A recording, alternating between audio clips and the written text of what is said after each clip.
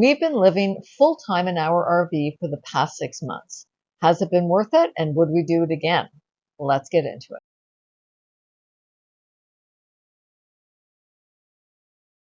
it. One of the best things about this lifestyle is the freedom that we have. And it was actually hard to get used to at first because you get so programmed into living your daily life when you live in a house and you're working and you have a routine. Just being retired is freedom, and being able to go wherever you want is really total freedom. When we owned a house, we were always engaged in doing different projects, painting, maintaining, cutting the grass, shoveling the snow. And for the most part, that's okay. You expect that when you own a house. But when you adopt this type of lifestyle, all of that seems to go away. The campgrounds that we stay in are, for the most part, very well maintained and comfortable and safe. So it frees you up to do the things that you would like to do. For example, in our case, we're constantly on a journey of self-improvement, reading, learning new things, doing new things. We're on a better exercise routine. And this lifestyle has really alleviated a lot of the latent stress that you feel when you're living in a city with traffic and that sort of thing. To have those days where you don't do anything, we call them 0 days, where it's just your day, and if you want to read or you want to go for a walk or do whatever you want to do. We don't realize the stress that we're under until you get away from it, reflect back, and you think, wow, that was a stressful period in our lives, or that was a really difficult time, and now we're kind of through that, and we're enjoying our retirement in a manner that, dissipates a lot of that latent stress.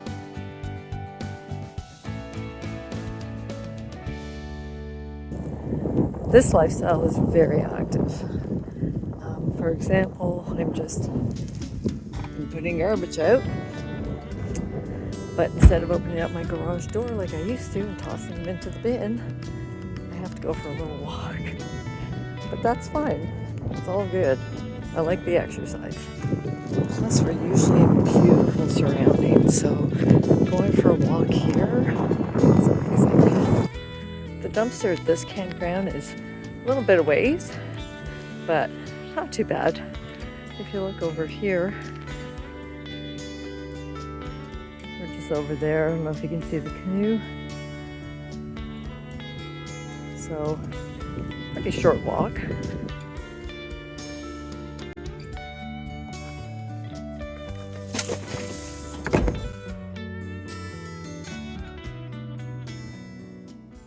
Another part of this lifestyle that we've really enjoyed is the social aspect. We've met so many wonderful people. We have enjoyed going out for drinks and dinner. At our Gulf Shores campground, there's a clubhouse where we played games and enjoyed some delicious potluck dinners.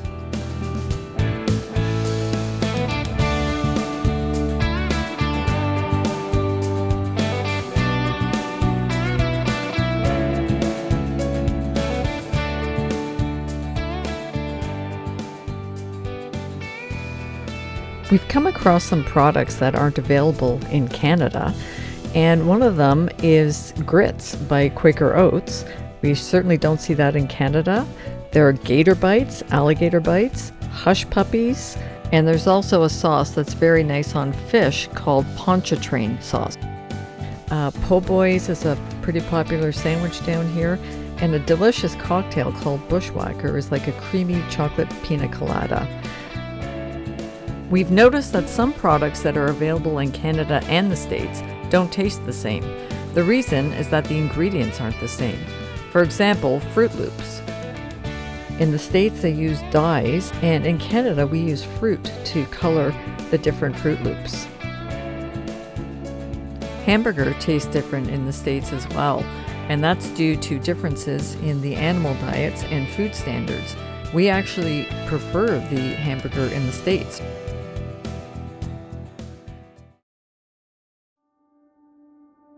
When we started out on this journey of full-time RVing, we looked forward to avoiding a Canadian winter.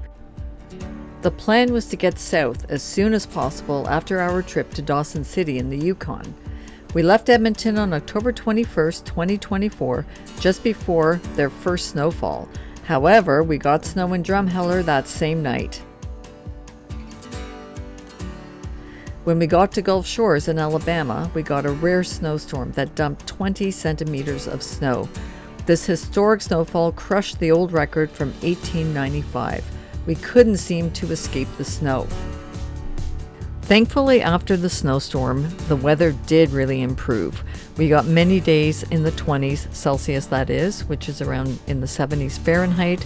So we were able to bike quite a bit and go to the beach. And we were also able to wear warm weather clothing, which was nice for a change.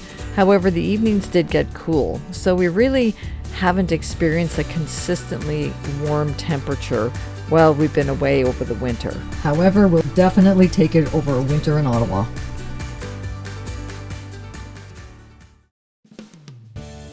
Starlink has been great. We've been able to use it up in the Yukon. We've been able to use it down along the Gulf Coast. It's been excellent.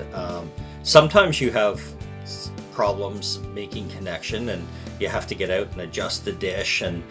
But again, Starlink has you covered, because when you download the app onto your phone, you can actually, and it's really kind of fun to do, when you put your dish out, your phone will show you any obstructions. So what it does is when you set the app up and you point it towards the sky, and so these little green dots will go into your phone and show you where the obstructions are and where to best place your dish. So that really makes it a lot easier as well. The only criticism I have about Starlink, however, is just, and the RV industry is behind. Many people have Starlink now, but they're behind on the connection. You should be able to plug your Starlink in to the side of your rig somewhere or in the water port. Yeah. But they don't have a proper connection, so we feed it in through one of the windows. Some people will feed them in through the gaskets on the slide outs. That is not something I recommend doing, because these gaskets are designed to fit tightly, and after wear and tear, then you'll end up with gaps in your gaskets, allowing weather to come in and that sort of thing. But that is something that I will be doing. That's a project I have. I've bought the connections to splice the wire in and make a connection on the side of the coach. I've just been working through in my mind the best way to do that. And speaking of Starlink, it has allowed us to watch TV, have the internet, and that kind of thing. We can stay connected. However, a few times we've started really good shows in one location, then we've driven to another site, and that show was not available in that area. So that can be really frustrating. As you know, we all like to binge watch these days. And the other thing is, we couldn't get live TV in any of the areas. Sometimes we could, but it would have been nice just to see live news. Yes. We missed that. We also purchased the coach with WineGuard 360. It was one of the reasons why we got a legacy package from Montana, because it came with the 360 WineGuard. WineGuard 360 is basically a localized Wi-Fi setup. It's mounted on your roof, and it should draw in local TV coverage and that sort of thing. It's been kind of sketchy. I'm not a big fan. It doesn't draw in as many channels as you would think.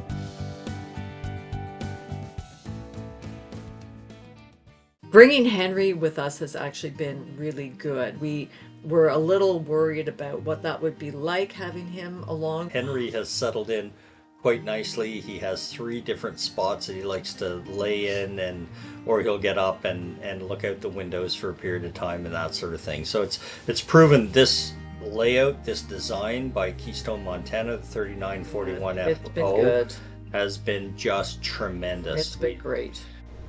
It has plenty of space for Henry and us as well. It really does feel like a little house. We were a bit concerned as to whether or not Henry would have a lot of places to run around. He's a big dog. He's just a lot easier to walk off leash. He really needs to get that good run in. Fortunately, there were lots of good places for Henry to run at every campsite that we stayed at. Kevin fixed him a great spot in the seat behind us. He gets in now, he lays down, he travels so well, And when we get to a new place, he's excited. There are new surroundings, new smells, and he's just been a really good travel companion. Yeah, he's actually been excellent, and we're really happy to have him along. It forces us to get out and walk 3 to 4 times a day because we'll walk him 45 minutes. I've been working on his training a little bit more. He comes on command, sits on command, and that sort of thing. We like to find areas where we can just unhook him and off he goes and he runs, and it's good for him. Yes, he's a happier animal when you're able to give him that free range. The other added benefit, and it's not something we had even considered, but was security.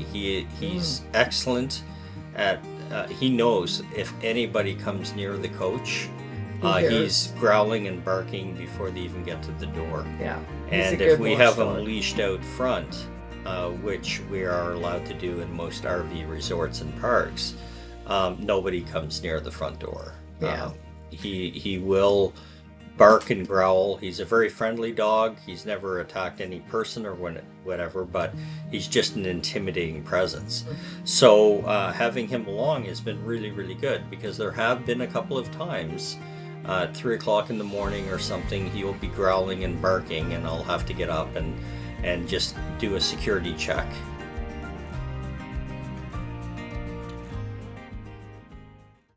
Full-time RVing does have its drawbacks, and one of them is being away from family. If you watched our video back in January, I talked about going home to Ottawa in December to see my brother, who is not well. So being away from him has been difficult, and also being away from our 2 boys.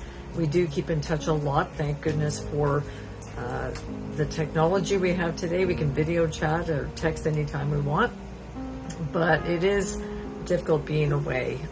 Kevin's mom and brother are in Ottawa, and we really miss seeing them as well.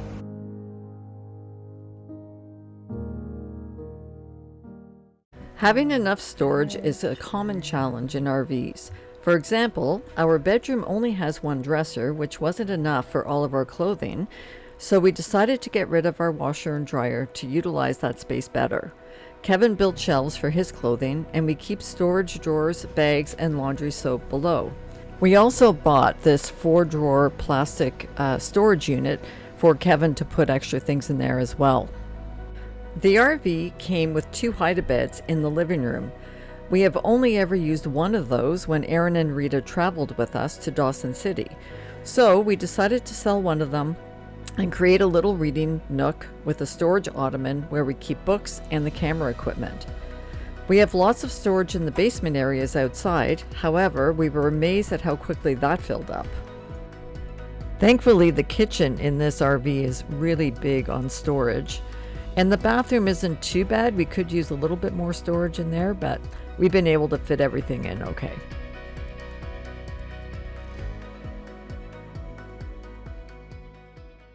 One of the biggest challenges in traveling to the United States is the exchange rate. So one area where we've had most of the challenges with regards to the exchange is when we go to fuel up. I calculated out the differences in the exchange on the dollar and the differences in gas prices, or diesel prices if you will, and it's about $56 per tank of fuel. So just to give you a perspective as to how much that costs us, on a typical travel day of 3 hours, 4 hours towing the 5th wheel, we will fill up 3 times. So that's about $150 difference per day. For those of you who know me best, you know that I like nothing better than to go to Starbucks. So you think that a price of a cup of coffee is the same from one day to the next, but in this lifestyle, it isn't. Because we use our credit card to pay for everything, we get stuck with the fluctuating exchange rate every day. So one day your cup of Starbucks may be $5, the next day it could be $5.10. So buying coffee is one of those luxury items. We don't do it a lot when we're on the road because of that exchange rate that can be quite expensive over time. But today we're going to treat ourselves.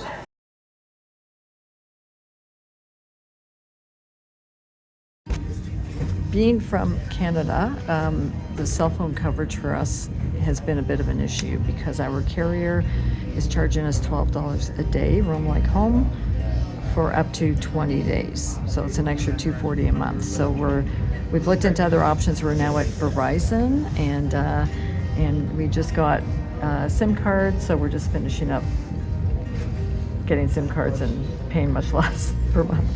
Okay, so Ivan here has been helping us out, and he's been a great help. So we're just finishing up our transactions here and hopefully save ourselves a bit of money. Yeah, for sure. Thanks, guys.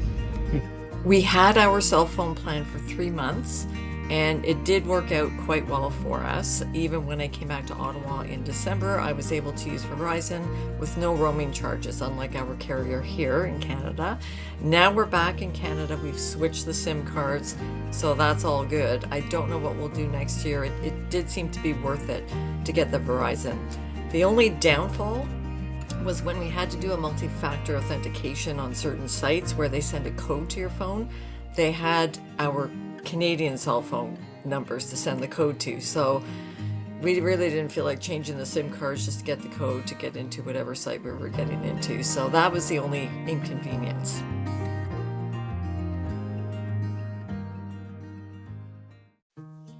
One important consideration when you're undertaking this lifestyle is healthcare. Through my former employer, I have 2 months coverage in retirement to go out of country.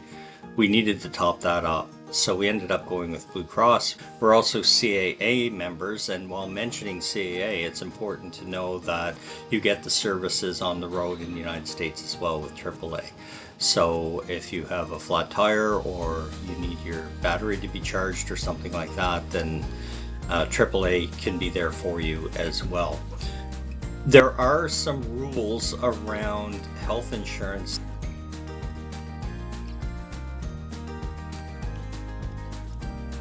We really try to respect that as well. We're covered 2 or 3 different ways. Even depending on the type of Visa card that you have, there might be some healthcare coverage there for transportation and that sort of thing. So you really have to do your homework with regards to healthcare. But and spend the money. Don't spend the money up front so you don't end up with massive bills down the road and a lot of headache. That's an important consideration when you're traveling, especially this type of lifestyle. And Lynn and I are still relatively active, so you just never know what can happen, even just turning an ankle on a trail. So, it's important to have that coverage for sure.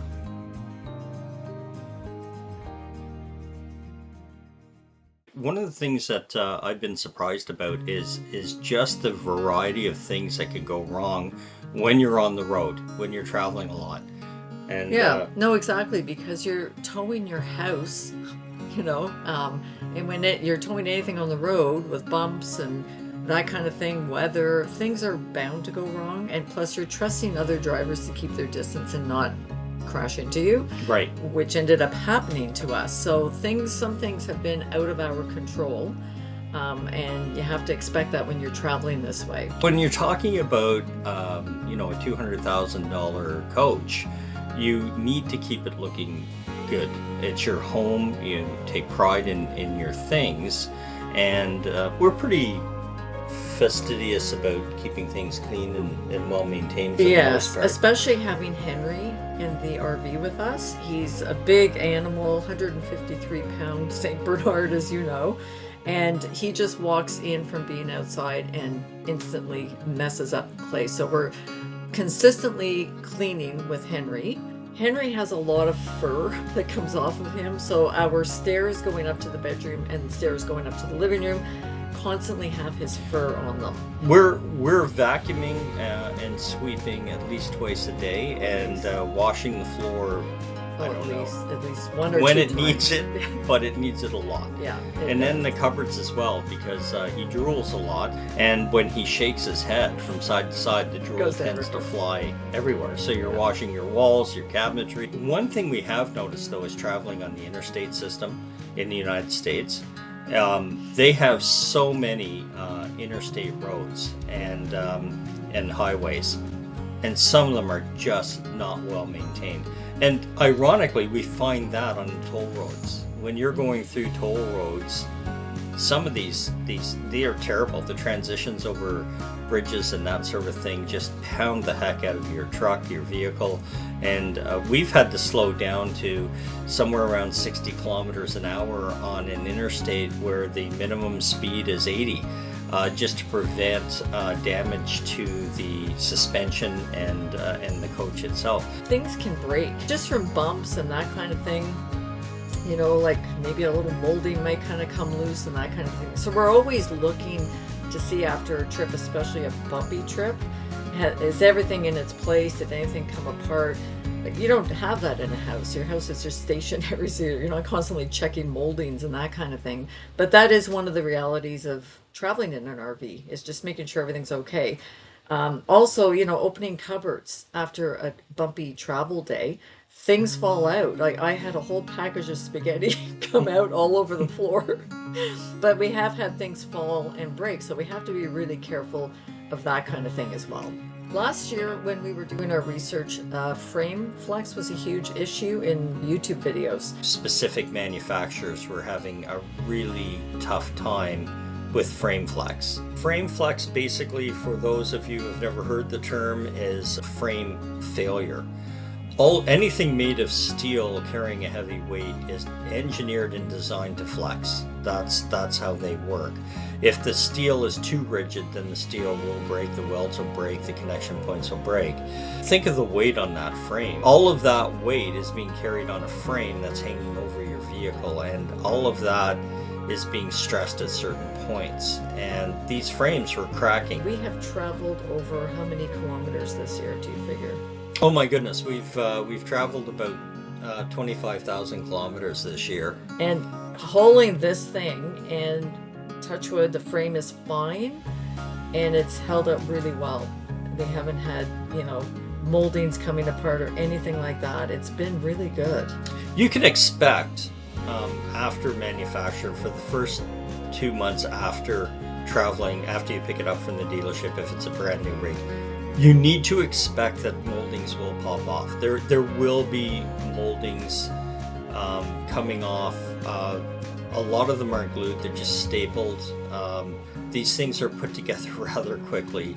And if you're looking for ultimate quality in this price range, well, you're not necessarily, there's a trade-off. You're not necessarily going to get it. And in defense of the RV industry, they're trying to appeal and provide us, the consumer, with as many benefits as they can, using as little weight as they can. And some people say, well, they just use the cheapest materials, but they have to use the lightest. They have to use the lightest materials. You can't put full wood molding throughout a rig and then put actual tile and granite countertops in an RV. You would be over the weight limit for the frame very quickly.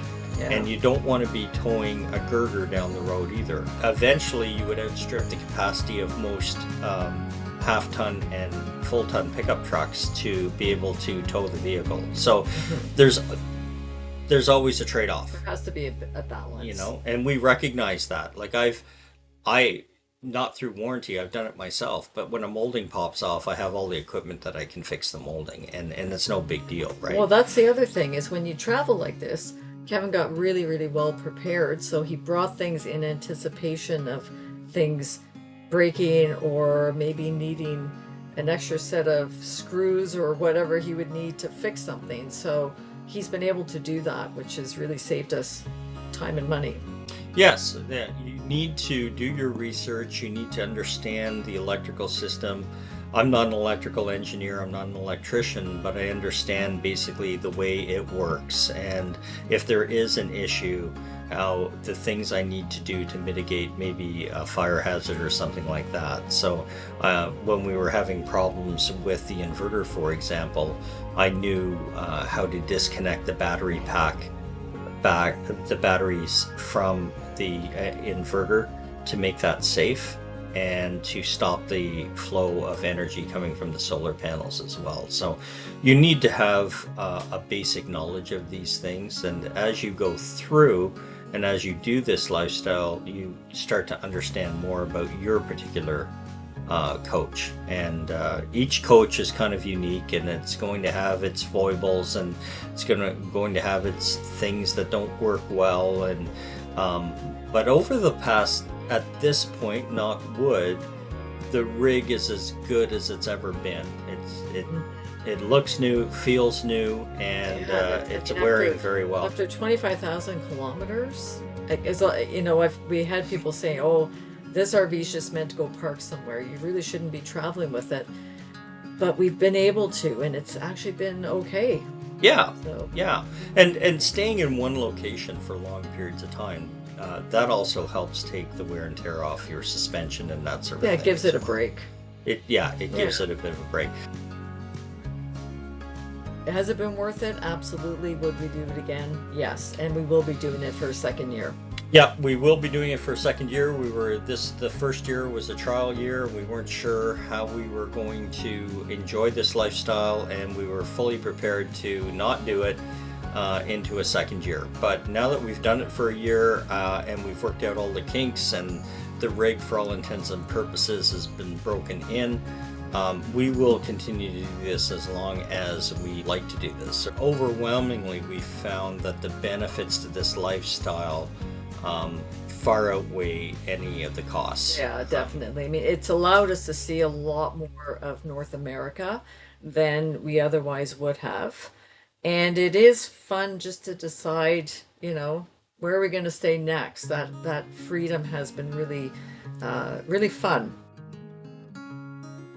Now, one thing we did do, and our water quality is just excellent, is before we bought the rig, I'd also purchased a water filtration system that basically covers off everything down to viruses. And I also put a water softener in it. So that's added a bit of weight, so I've had to compensate for that weight gain, but it's well worth it. So we use a clear water system, and it's got 3 different canisters that filter to the water. It takes the rest of the water in one filtration. Then it takes larger bacteria out, and then really fine viruses and bacteria out of the water. So our water is crisp and clean. No matter where we go. No matter where we go. And then there's a 4th filter on the fridge as well. For drinking water. So the drinking water it's just been fantastic. Yeah, because we have had campsites where the water doesn't taste good. And so this filtration system just makes it taste really good, which is great. Yeah. Yeah. And I really like Clear Source. Has been just fantastic to use, and it's easy to get the canisters. The only down part is that you have to, they'll only deliver to the United States because it's an American company, so they won't deliver into Canada. Yeah, we picked it up in the States. I had it delivered when we were in the Gulf shores. I had them deliver it to our campsite there. So I got a couple of extra filters systems. So we're good for the next, 6 months to a year for filters. So, but there are some maintenance issues that you have to stay on top of. That being one of them. And but that's okay. It can't all be sunshine and lollipops, right? We had a 3rd air conditioner put in as well, and we've noticed that's really made a difference. Yeah, it's almost 43 feet long, so the 3rd AC was necessary, especially for Henry. We want him to be comfortable. The other thing that's great in this RV are the fans. There's a great fan in the kitchen. It just draws, you can feel the air going up as it draws the air out of the RV. And the bathrooms, the fan is fantastic, which is, really necessary for moisture and, whatever.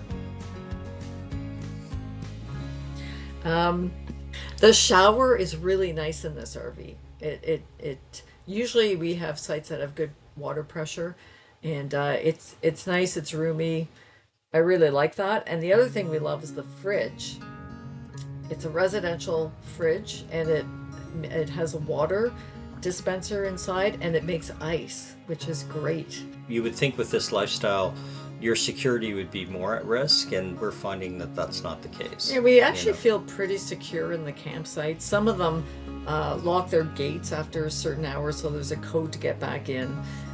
But for the most part, we just feel pretty safe wherever we've traveled. We do choose good campsites. We, as Kevin said, look at the reviews and make sure that they're getting good reviews, and we've been pretty fortunate. We use an app called RV Living, or RV Life, pardon me. We use an app called RV Life. Trip Wizard? Is that what you mean? No, it's RV Life. Oh. We use an app called RV Life, and in it they have a trip wizard. Oh. And that's how that works. we do all of our planning through that. It keeps track of your mileage and how many hours you're on the road, and it gives you a rating for each site, RV park, maps it out for you, and that is just an essential tool. It's been great, and we have an itinerary of our adventure so far. It's all there, so it's nice. It's nice, and you can coordinate it with the photos that you take as well because of the dates. So I can look back in my photos and match the dates to where we were, and then I've got everything there. Yeah. For the videos. The other thing that we do love about this, and we just mentioned, is the office. That separate little space at the front has been great. Kevin has actually taken over the office, but my little office area is the kitchen table, which is fine. I have good lighting if I want to film, and I have a bigger surface here, so I'm okay with that. Yeah, the table's a bit wider than the desk is in the office. What I find with the office is that with all of the other things around, it gets kind of cluttered sometimes, and you're constantly trying to work on that clutter. So that's a distraction for me a little bit. But the office has a sliding door, so if Lynn wants to watch TV and I have my headphones on in the office, it's a nice quiet spot for me. Yeah, that's good. Or the bedroom has a TV as well, so sometimes Lynn will go in there to read a book or to watch TV in there. So, I don't tend to go in there watch TV that much. You're not as comfortable, I think, lying on the bed, but I find I can get myself comfortable with cushions in there, and it's at the far end of the RV from the office, so we're at opposite ends, so there's no noise that's affecting the other person, which is nice. The other thing I love about this RV is it has a central vac, and when you're sweeping the floor, which we have to do a lot with Henry, we just open up the central vac and it just sucks in all the dirt. It's so convenient. It's right near the front entrance as well, so we can just sweep dirt right into it. One of the things we have learned, though, is to be more patient and enjoy each travel day for what it is. You're going to be experiencing new geography, going through new towns that you may or may not have been through before, and experiencing cities.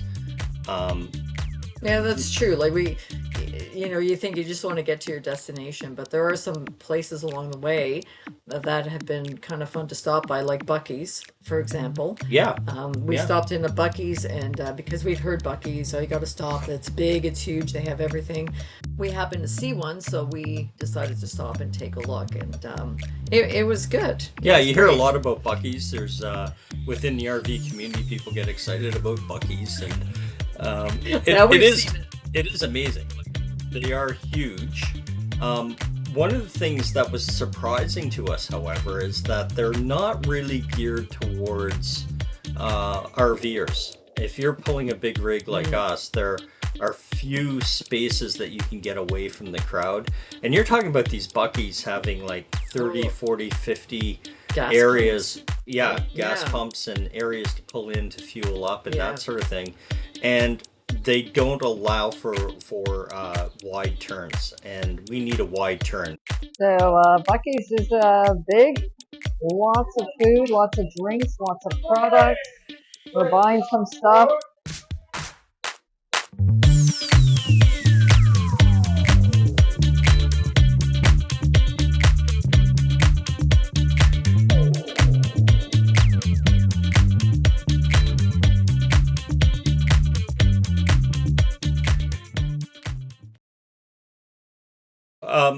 Not an unrelated aspect to keeping the coach clean and It'll be looking separate. new.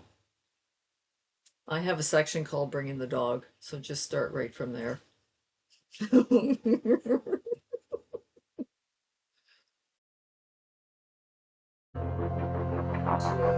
This is the worst weather that we've ever driven in.